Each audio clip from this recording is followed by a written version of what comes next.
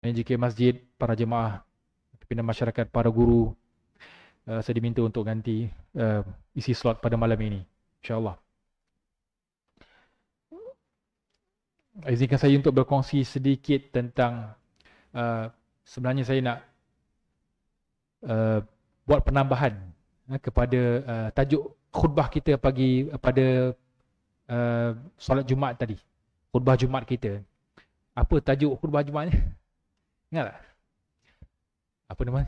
Menghayati sifat Allah Subhanahu Wa Taala. Sifat wujud Allah Subhanahu Wa Taala. Tapi pada malam ni saya cerita benda lain lah, yang berkaitan sedikit lah. Sikit kaitan tentang sebab di dalam khutbah, teks khutbah tu tidak ditunjukkan contoh-contoh apa dalam masyarakat kita yang seolah-olah menafikan kewujudan Tuhan ataupun mengiyakan kewujudan Tuhan, tetapi pada masa sama ada unsur-unsur yang boleh membawa kepada menyengutukan secara sedar atau tidak sedar. Ada segelintir lah dalam masyarakat kita atau di kalangan orang Islam umumnya. Saya nak buat penambahan apa contoh-contohnya. Tapi saya malam ni saya sentuh bab lain lah. Berkaitan juga, saya bacakan firman Allah Subhanahu Wa Taala dulu.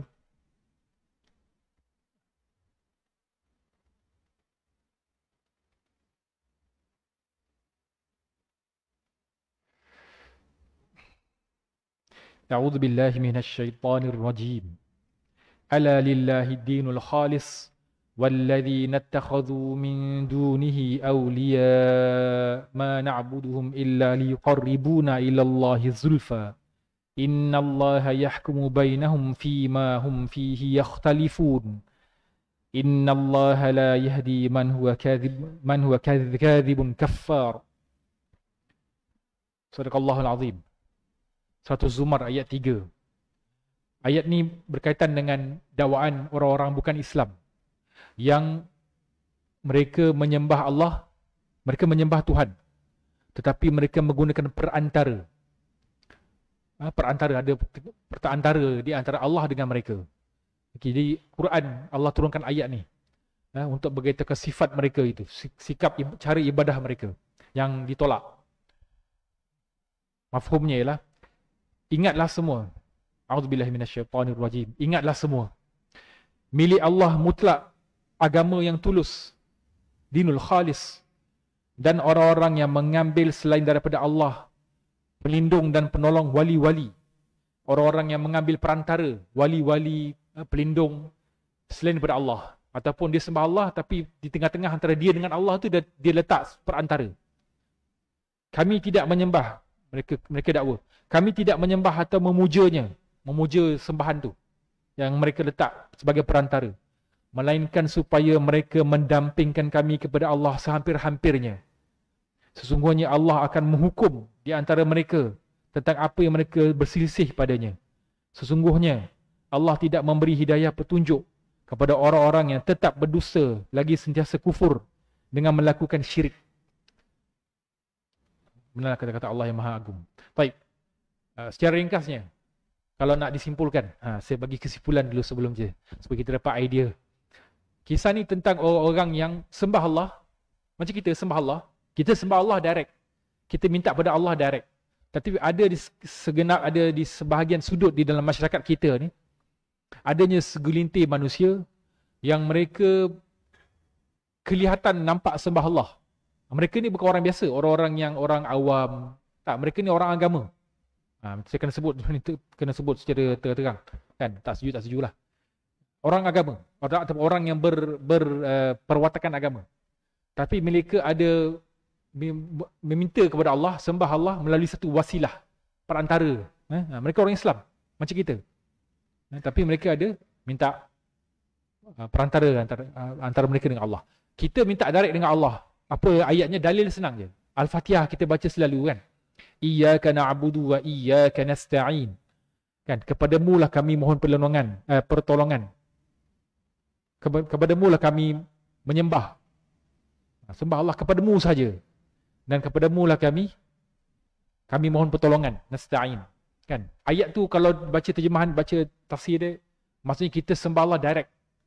Tak ada minta macam orang musyrikin. Mereka orang Hindu Buddha, mereka gunakan patung berhala. Dan benda ni disebut dalam Quran dah lama dah, 1400 tahun.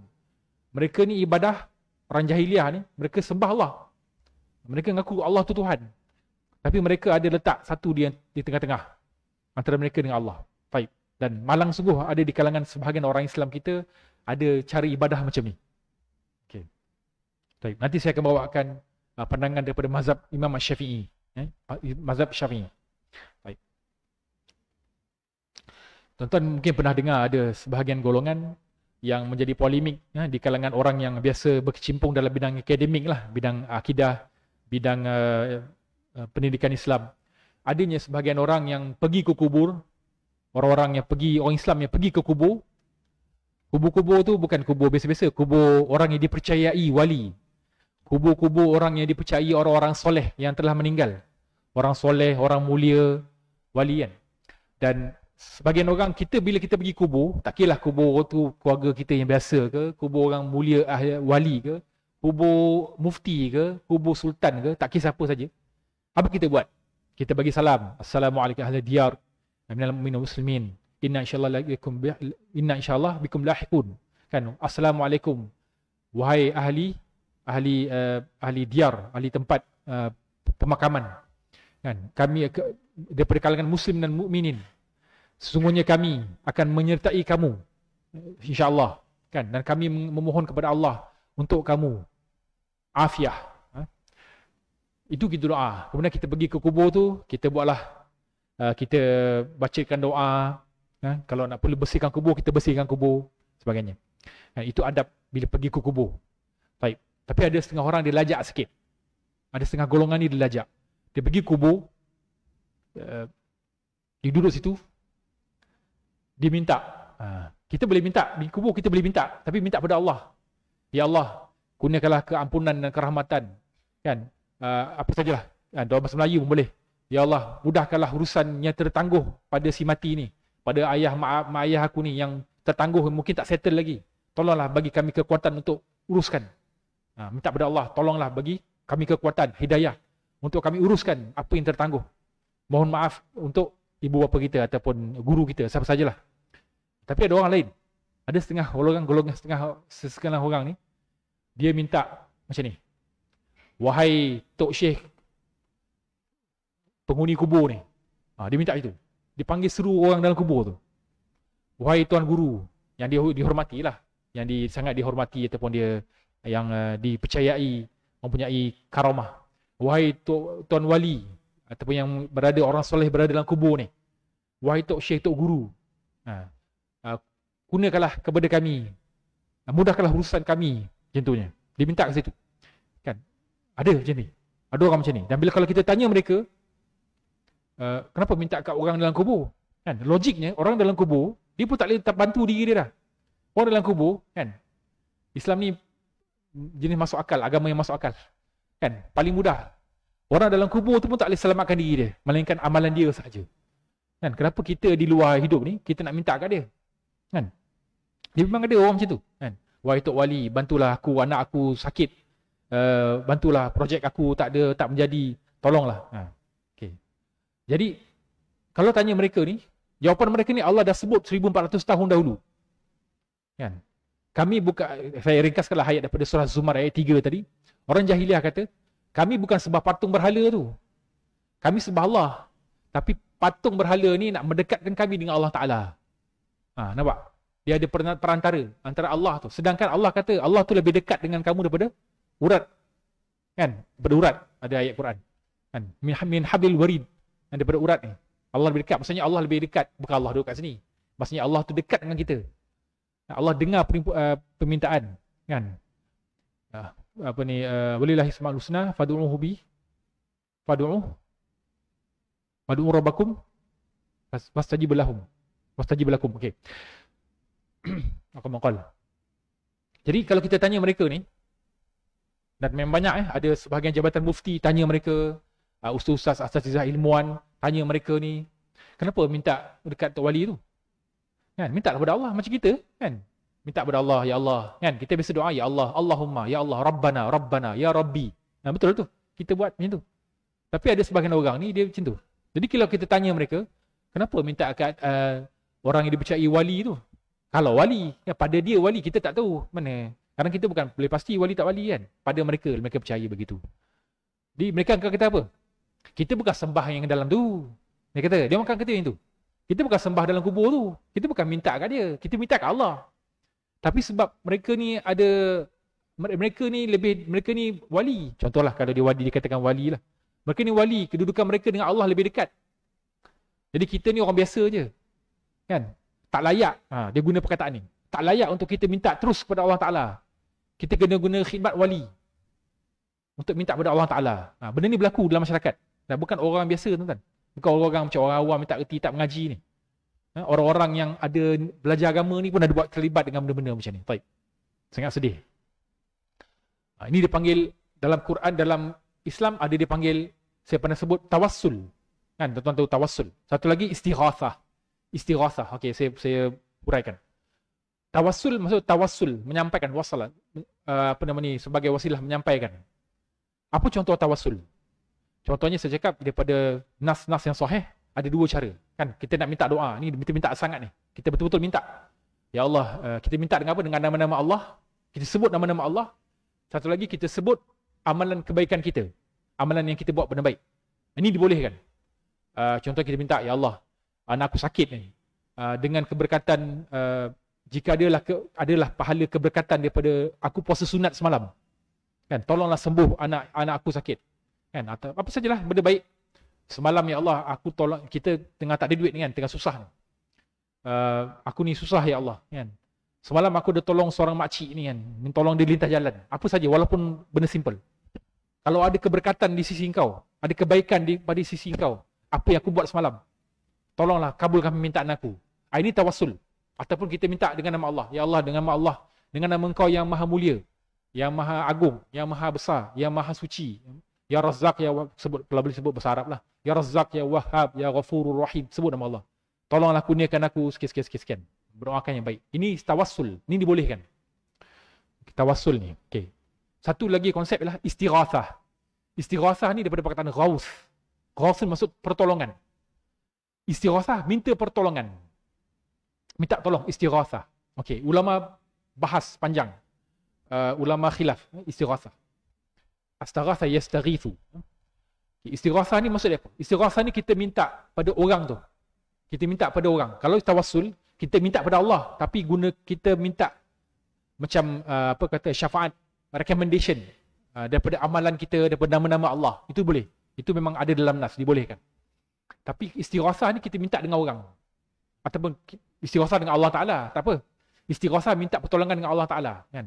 Ya Allah, bagilah aku kesembuhan. Okey. Tapi istighathah dengan orang boleh tak? Boleh tak minta tolong dengan orang? Minta pertolongan, istighathah. Boleh tak? Ulama bincang, ada dua jenis. Satu istighathah yang kalau minta dengan orang lah. Istighathah ni kita minta pada benda yang orang tu mampu buat. Benda yang orang tu mampu buat. Tak kira orang tu Nabi ke, orang tu kawan kita ke, siapa saja. Satu lagi istighathah, benda yang dia tak mampu buat. Okey. Benda yang dia mampu buat, istighathah. Contohnya, contoh? Bukan wahai lah. Pakcik ataupun Tuan Guru, tolong doakan saya ataupun tolong ajar saya macam mana nak faham ayat ni. Contohnya kan.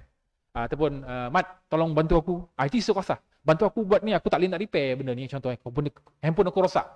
Kan, tolong bantu, minta kat dia. Kan, direct tu kan. Itu istighathah. Itu dibolehkan. Sebab benda tu dia mampu buat. Tolong Tuan Guru, tolong ajar saya ni, dia mampu. Apa lagi? Kita minta kat mak bapak kita. Ayah, tolong bantu saya, tak ada cukup duit ni. Itu benda yang dia mampu. Okay, itu dibolehkan. Yang tak boleh tu, banyak dalam dalam mazhab Syafi'i, tak boleh lah bila kita minta istighathah minta pertolongan pada benda yang manusia tu tak mampu buat. Dia tak mampu nak buat. Contohnya, wahai apa contoh? Banyak contoh. Wahai wali, kan? Ataupun kita minta direct, orang tu hidup lagi. Tolong turunkan hujan. Itu istighathah pada manusia. Wahai Tuan Guru, tolong sembuhkan penyakit saya. Itu tak boleh. Ini istighasah yang kedua yang tak boleh, yang dilarang oleh ulama. Kalau kita minta tuan guru tu, tuan guru tolong doakan untuk saya. Itu boleh, itu tawassul. Kita bertawassul dengan kemuliaan dia, dengan guru tu, dengan doa, dengan usaha dia. Kita istighasah pada dia, kan? Tak apa. Kita tawassul lah dengan dia, kan, dengan amalan ibadat dia, kemuliaan dia, kesalehan dia. Tolong doakan kepada Allah saya. Itu tak apa. Tapi ni kita minta dia solvekan, selesaikan masalah kita. Ni yang ulama, banyak ulama lawan benda ni. Dan benda ni berlaku dalam masyarakat, sebahagian masyarakat kita. Kan? Apa contoh lain? Macam tadilah. Contoh, pergi kat kubur, wahai tuan wali. Sebab dia rasa wali itu mulia. Yang pernah hidup dulu lah. Orang soleh dulu mulia. Tuan guru dia mulia. So lebih dekat dengan Allah. Yang dia ni macam orang biasa je. Tak boleh nak doa direct kepada Allah Ta'ala. Jadi dia kata, wahai tuan wali, tolong sembuhkan anak aku yang sakit ni. Itu termasuk dalam istighasah yang kedua tadi, yang saya cakap tadi tu. Yang banyak ulama melarangnya. Termasuk ulama mazhab Syafi'i. Tak boleh. Minta pada tuan wali. Sebab apa? Dari segi logik. Yang meninggal tu, dia pun tak boleh bantu diri dia dah. Dia tak boleh buat apa dah. Yang boleh bantu dia cuma amalan dia di dunia saja. Waktu dia hidup dulu. Itu je. Dia buat kerja wakaf ke, ada benda-benda pahala yang mengalir daripada amalan ibadat dia. Dia pernah mengajar ilmu. Dia dapatlah pahala. Untuk dia lah. Kan? Tapi kita minta dia, tolong selesaikan masalah kita. Itu satu benda dia tak mampu. Maka benda ni termasuk dalam istighasah yang kedua. Yang tak boleh. Kan? Tuan-tuan yang terkejut, ada, memang ada. Ini golongan agama ni, golongan orang, sebahagian orang agama. Bukan semua. Orang yang berperwatakan agama. Orang yang belajar agama. Apa buat benda macam ni? Wahai tuan wali, tolong selesaikan, tolong anak aku sakit. Kan? Mereka beralasankan ada beberapa sebab lah. Tapi kata-kata ulama menentangnya. Tak boleh. Baik. Jadi tutup faham. Tawassul, kita menggunakan perantara, kita doa direct kepada Allah Ta'ala. Kita guna perantara yang dua ciri-ciri yang boleh lah. Kita sebut nama Allah.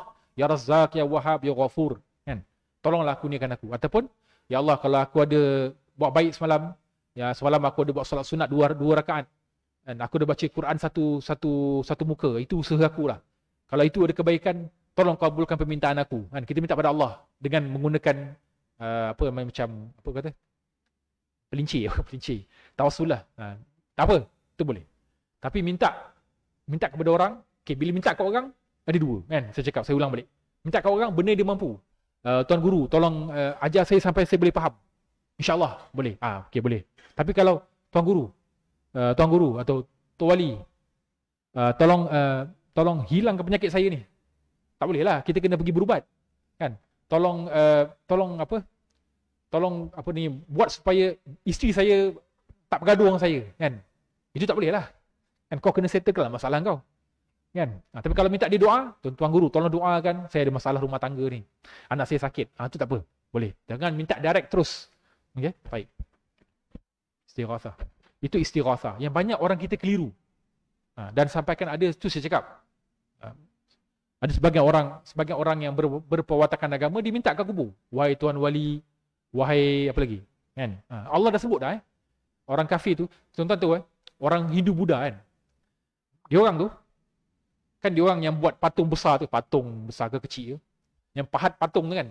Patung tu besar sampai dia terpaksa panjat patung tu. Kadang-kadang panjat, ada tangga panjat patung tu nak pahat daripada batu kan. Nak bentukkan jadi patung berhala tu kan. Cuba bila dah siap tu, cuba tanya dia. Confirm, tanya dia. Kan? Awak sembah patung ni ke? Kan dia sembah patung, dia buat apa tu kan. Dia orang akan cakap, kita tahu patung tu kita tak sembah. Dia orang akan cakap itu. Kebiasaannya. Dia orang akan kata patung tu, patung. Kan? Tapi sebab kita minta dekat, tak kira Brahma ke benda dewa, benda tu kan. Siddhartha Gautama, Buddha, dia minta. Tapi patung ni nak mendekatkan kami kepada siapa yang kami minta tu. Ini benda ni Allah dah sebut dah dalam Quran. Surah Az-Zumar ayat 3. Surah Az-Zumar ayat 3. Orang kafir kata apa? Saya ulang balik lagi sekali. Penting. Jadi. Hilang pula.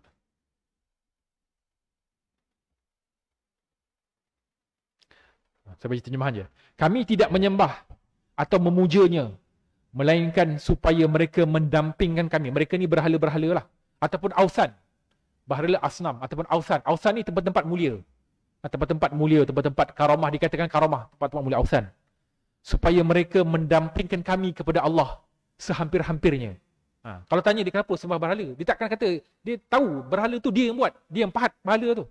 Kan? Dia yang manufacture buat dekat kilang berhala tu kan. Tapi dia kata kita nak sembah Tuhan. Ini berhala ni cuma perantara saja. Tiket nak jumpa dengan Tuhan. Kan? Dalam Islam tak ada. Dalam Islam minta terus direct kat Tuhan. Kan? Minta terus.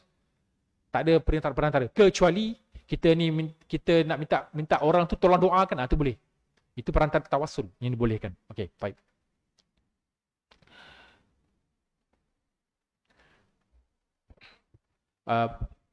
Ada juga sebahagian orang kadang-kadang dia tak minta dekat wali, dia tak minta dekat berhala, dia tak minta dekat apa-apa saja objek lah. Dia minta dekat orang yang ada pangkat yang lebih tinggi, yang dah meninggal. Contohnya, saya tengok orang minta dekat wahai Buya Mulkan. Dia minta, wahai Buya Mulkan, tolonglah Buya Mulkan. Buya ni macam Buya. Tapi Buya Mulkan ni biasa dirujuk kepada Nabi Khidir. Nabi Khidir ni dipandang sebagai wali yang wali punya power lah wali ni kan. Jadi wahai Buya Mulkan, tolonglah kabulkan permintaan aku. Dia minta kat situ. Jadi ulama, mufti tanya orang ni, kalau boleh minta, tak boleh, perbuatan tu tak boleh. Ni mufti tanya, kalau boleh minta Buya Mulkan, boleh minta kat Nabi Khidir lah, wali lah. Apa kata kalau kita minta, sebab orang mulia kan, apa kata kalau kita minta, wahai Nabi Isa, wahai Musa, wahai Adam, Nabi Adam, tolong kabulkan permintaan aku, tolong bantu aku sekian-sekian, kurniakan aku sekian, wahai, oh Jesus, orang putih kata, oh Jesus kan. Kita kata, boleh tak? Sebab, apa bezanya? Manusia juga.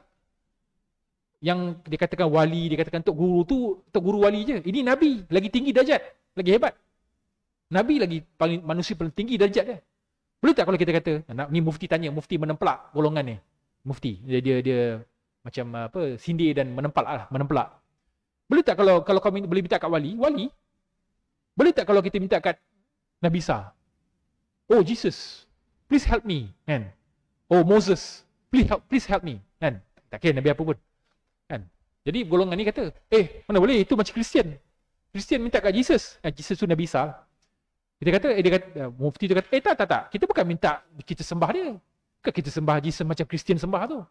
Kita sembah Allah. Kita minta kat Allah tapi melalui Nabi. Minta kat Nabi. Oh Jesus, boleh tak? Kan? Jadi golongan yang minta kat tok wali, tok syekh kat kubur ni jadi blank, blur. Jadi blur. Betul juga. Kata, minta kat wali boleh. Tapi kenapa kalau minta kat Nabi kan jadi macam agama lain tak? Kan?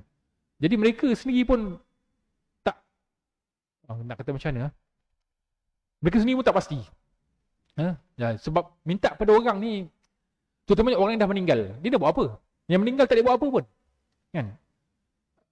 Even Nabi pun kalau kuat pun kita berselawat kan, Allahumma salli ala Muhammad. Kita minta Allah kita doakan Allah gunakan keselamatan, keramatan kepada Nabi. Kan? Ataupun ada juga setengah ulama kata kita boleh doa tawassul, ya Allah dengan keberkatan Nabi Muhammad, ya Allah dengan keberkatan Imam Syafi'i, keberkatan, ya Allah tolonglah aku sekian-sekian. Itu boleh. Keberkatan Imam Syafi'i, keberkatan Imam sekian yang hebat-hebat, tolonglah kurniakan aku. Kita minta kepada Allah. Tapi jangan wahai Imam Syafi'i. Kan? Ada orang pergi kubur Imam Syafi'i, tuan-tuan tu kubur Imam Syafi'i, Imam Syafi'i, kubur dia di Mesir. Di Mesir di mana saya tak ingat. Orang pergi Mesir tahulah. Ada orang pergi situ, minta kat dia. Minta kat Imam Syafi'i, kan? Wahai Imam, tolonglah bagi aku sekian-sekian. Kan? Ada yang pergi kubur Sayyidina Husin. Ni Syiah, pokok Syiah buat. Kubur Sayyidina Husin yang dibunuh, cucu Nabi dibunuh. Anak Sayyidina Ali dibunuh. Ada orang minta, wahai Husin, ya Husin, kurniakanlah. Ni masalah golongan-golongan ni. Tu Nabi tanya. Kalau minta kat Sayyidina Husin, dia manusia sahabat Nabi je. Minta kat wali, tok guru. Boleh tak kalau kita kata, wahai Nabi Isa, oh Jesus. Kan? Boleh tak? Can you help me? Jesus, oh Jesus. Kan? Tak boleh. Tak boleh tahulah, tak boleh. Kan? Jadi Islam tu, awal ayat tadi kata, ala lillah dinul khalis. Ketahuilah bahawa bagi Allah itu agama yang bersih, suci, khalis. Itu sebab kita baca surah Qul huwallahu ahad tu, suratul Ikhlas, nama dia ikhlas. Kan 4 ayat tu kan. Qul Allahu ahad, Allahus samad, lam yalid wa lam yulad wa lam yakul lahu kufuwan ahad. Mana ada perkataan ikhlas dalam tu? Mana ada perkataan ikhlas? Dia perkataan ahad, ahad, samad. Ahad satu kan. Samad tempat segala permintaan, segalanya sesuatu, tempat permintaan. Tempat samad, as-samad tu tempat tumpuan permintaan segala sesuatu. Mana ada perkataan ikhlas dalam surah tu? Tapi kenapa dinamakan ikhlas? Sebab ikhlas, ikhlas tu bukan, tuan kena faham. Surah Al-Ikhlas bukan namanya ikhlas tu macam saya ikhlas ni buat kerja ni, ikhlas. Saya buat kerja ni ikhlas, saya tak harap balasan. Itu satu ikhlas. Satu ikhlas. Itu satu takrifan lain. Tapi ikhlas maksudnya penyucian, bersih, khalis. Kan tuan-tuan pernah tengok orang Arab kalau dia buat satu benda kan. Dia buat kerja, khalas. Nampak tak? Khalas dia buat macam ni. Khalas. Kha lam sad. Khalas maksudnya clear, bersih. Clear, settle. Clear. Maknanya bersih. Tak ada apa pun. Tak ada sembahan yang lain. Itu dah mana ikhlas. Membersihkan, mensucikan. Ikhlas. Kita jangan faham. Ikhlas tu, saya buat kerja ni ikhlas. Ikhlas tidak mengharap balasan. Itu betul juga. Tidak mengharap balasan. Kita buat kerja je. Kan? Itu betul juga. Tapi kena faham, surah Ikhlas tu maksudnya membersihkan, mensucikan Allah daripada segala. Kan? Katakan Allah dialah Tuhan yang Maha Esa. Kan? Pusat untuk tempat tujuan segala sesuatu. Tempat memohon segala sesuatu. Kan? Dekat dia saja. Ikhlas, membersihkan daripada segala yang digunakan untuk menyekutukan Allah. Waliyazbillah min zalik. Di Quran ni simple lah tuan-tuan. Tuan-tuan tengok kalau sebahagian orang Kristian, saya pernah berdialog dengan orang Kristian. Kan, masa student dulu, masa kerja dulu, berdialog dengan orang. Kan, sekarang kita tanya kan, orang-orang agama lain ni, dia baca tak kitab dia? Dia tak baca kitab dia. Dia tak faham. Tak kira lah yang India ni, Kristian India tu dia baca kitab yang bahasa Inggeris lah. Mana kitab bahasa lain tu, kitab Bible bahasa Melayu ada. Kan? Jadi kalau kita tanya mereka ni, kau baca tak kitab kau tu? Biasanya dia orang tak baca. Bekas padri Katolik yang masuk Islam kata orang Kristian dan Katolik dia tak baca kitab dia. Sebab dia tak faham. Tu sebab dia orang ni mengikut je. Dia ikut apa padri cakap. Padri cakap sembah Nabi Isa. Dia ikut lah sembah. Kan? Tuhan tu ada 3. Kan? Tuhan tu 3. Tuhan Anak, Tuhan Bapa, Tuhan Roh Kudus. Ikut. Kan? Sambut Christmas, ikut. Kalau ikut kitab dia, ikut kitab Bible yang ada seleweng tu, Tuhan 3 tak sebut, Christmas pun tak ada dalam tu, tak ada, Christmas tu tak ada. Kan? Jadi diorang ni ikut je, membuta tuli je. Ikut kan. Itu sebab Allah kata apa? Ghairil maghdubi alaihim waladdallin. Mereka yang sesat, sesat orang Kristian. Sebab mereka ni ikut je. Dia tak faham. Kan? Dia kuatlah agama dia, dia staunch Kristian. Kuat tak kira lah Katolik ke, Protestan ke, Ortodoks ke. Mereka ni kuat. Tapi mereka tak faham. Bila tanya baca kitab tak? Mereka biasanya tak baca. Tak faham. Orang kita ni baca jugalah. Orang Islam ni baca Quran walaupun tak faham bahasa Arab. Kita tahu juga baca terjemahan kan. Boleh baca, boleh faham lah terjemahan tu. Tapi orang putih, saya pun cuba baca Bible. Saya biasa dulu baca Bible. Baca nak tahu apa ni. Kandungan dia, bukan nak ikut agama dia. Kan? Sekarang ayat-ayat dia kita pun tak faham. Kan? Pelik-pelik cerita dia. Kan? Tu belum lagi cerita yang apa? Dalam Bible tu cerita lucah apa dia? Cerita lucah. Kan? Macam-macam tuan-tuan. Macam-macam cerita lucah. Sebut pasal kelucahan lah. Kan? Pasal contohnya, antara contohnya Nabi Daud. Nabi Daud ni raja lah. Nabi Daud. David dalam Bible. Dia kata Nabi Daud ni, dia minat seorang perempuan ni. Jadi dia arahkan suami perempuan tu pergi berjuang, pergi tentera lah.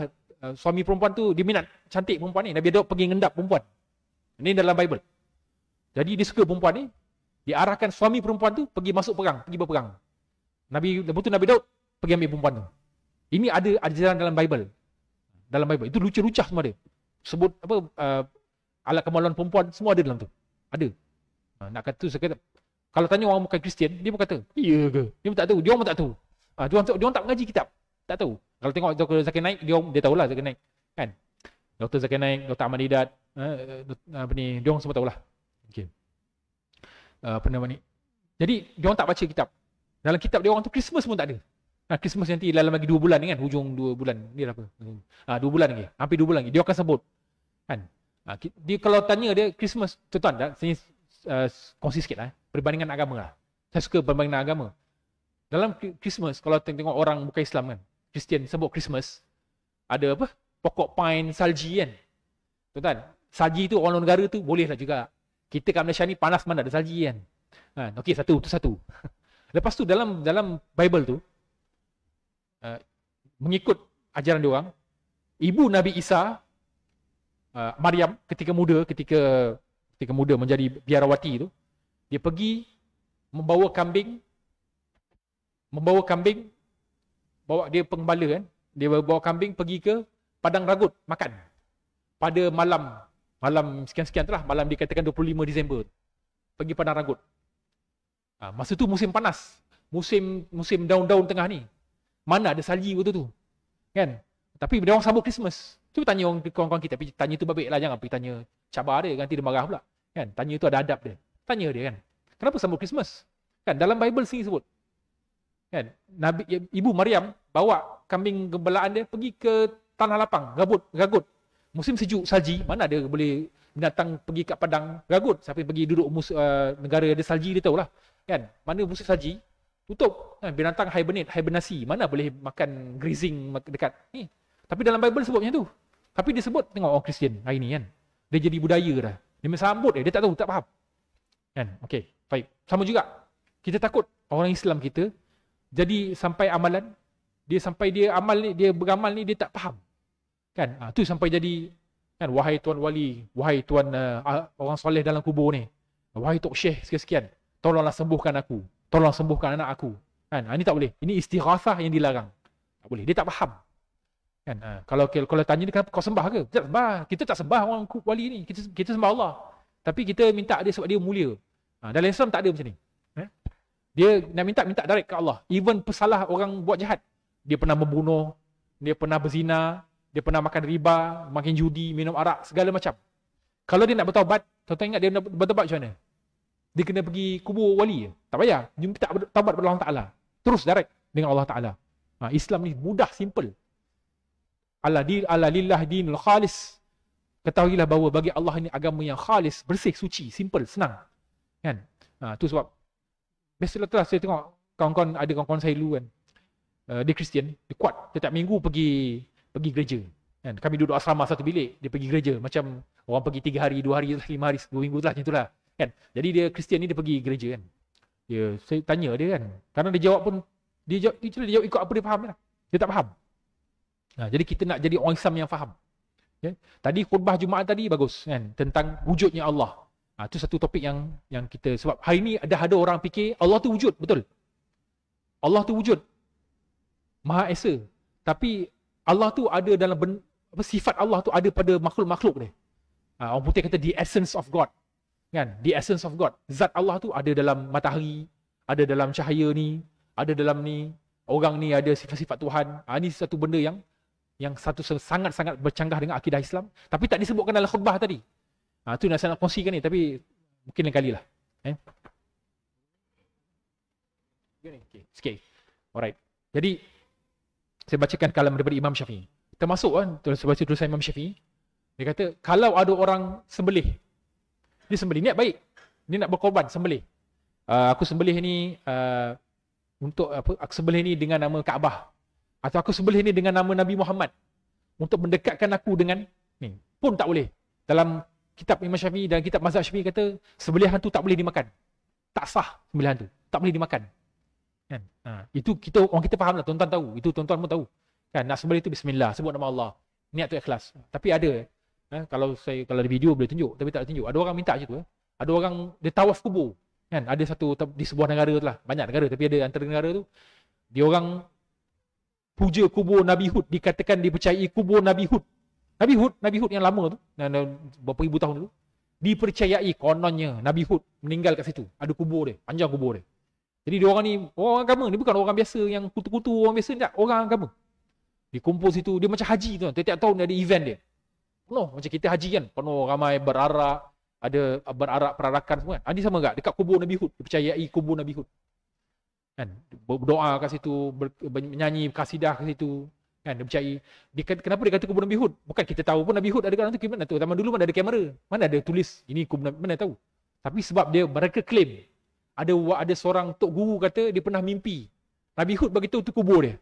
Itu je dia punya alasan dia. Mimpi tak boleh jadi dalil syarak, tuan-tuan. Mimpi tak boleh jadi dalil syarak. kecuali mimpi para nabi sahaja. Jadi dia buatlah ibadat kat situ. Termasuklah kat Malaysia ni. Tentang pernah dengar kat Melaka dulu pulau besar kan. Pulau besar sama lah pulau besar Melaka dulu. Tapi sekarang tak tahu, sekarang dah Jabatan Agama dah stop lah orang Melaka. Melaka. Ada lagi ya? Perak. Kan? Pulau besar. Saya tak pernah pergi. Tapi pulau besar dulu famous. Masa saya kecil dulu. Orang pergi kan. Yang minta nombor ekor satu hal. Kan? Ini yang minta apa? Yang minta benda baik. Tapi minta kat tu. So, ada kubur wali kat situ.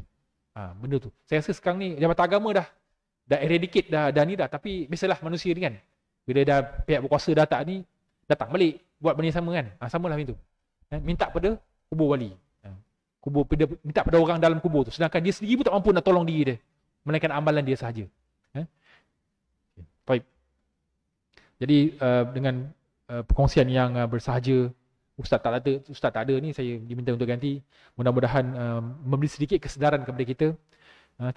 Tidaklah ada apa yang saya sampaikan melainkan apa yang daripada dalil yang sahih.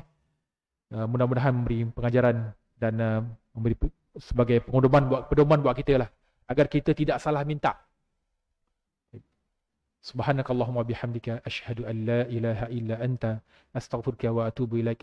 Allahumma ja'al jam'ana jam'an minhuma wa tafarraqna min ba'dihi tafarruqan ma'suma wa la taj'al fina wa la ma'na syaqiyan wa la matrudan wa la mahruman walhamdulillahi rabbil alamin. Assalamu alaikum warahmatullahi wabarakatuh.